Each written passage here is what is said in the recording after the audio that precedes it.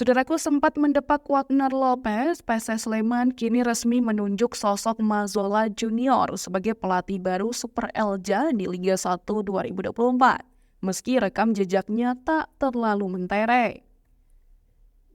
PSS Sleman sendiri sempat mendepak Wagner Lopez dari kursi kepelatihan tim di Liga 1 2024 setelah hasil buruk dalam 7 laga terakhir.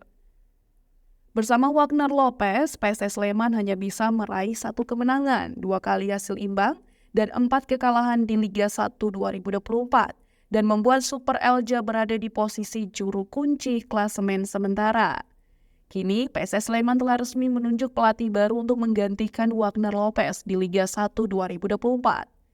Lewat Instagram @PSS Sleman pada Jumat 11 Oktober 2024, sosok Mazzola Junior resmi menjadi pelatih baru PSS Sleman pengganti Wagner Lopez. Selamat datang di PSS Sleman @mazzola.gr. Saatnya bangkit dan bawa perubahan untuk PSS Coach, tulis @PSS Sleman. Meski baru diumumkan, beberapa fans dari PSS Sleman tampak antusias dengan sosok Mazzola Junior yang tengah dinanti hasil polesannya di Liga 1 2024 ini. Jika dokumen dan visanya sudah rampung, maka Mazzola Junior bisa menjadi pelatih PSS Sleman saat melawan Barito Putra di pekan ke-8 Liga 1 musim ini. Lantas, siapakah sosok Mazzola Junior yang baru saja dipilih sebagai pelatih kepala PSS Sleman tersebut?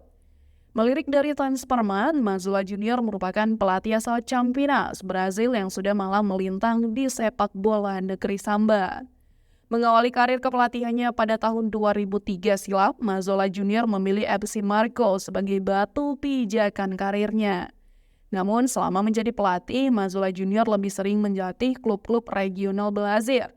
Terbaru, Mazzola Junior merupakan pelatih dari Confianca di kasta ketiga Liga Brazil.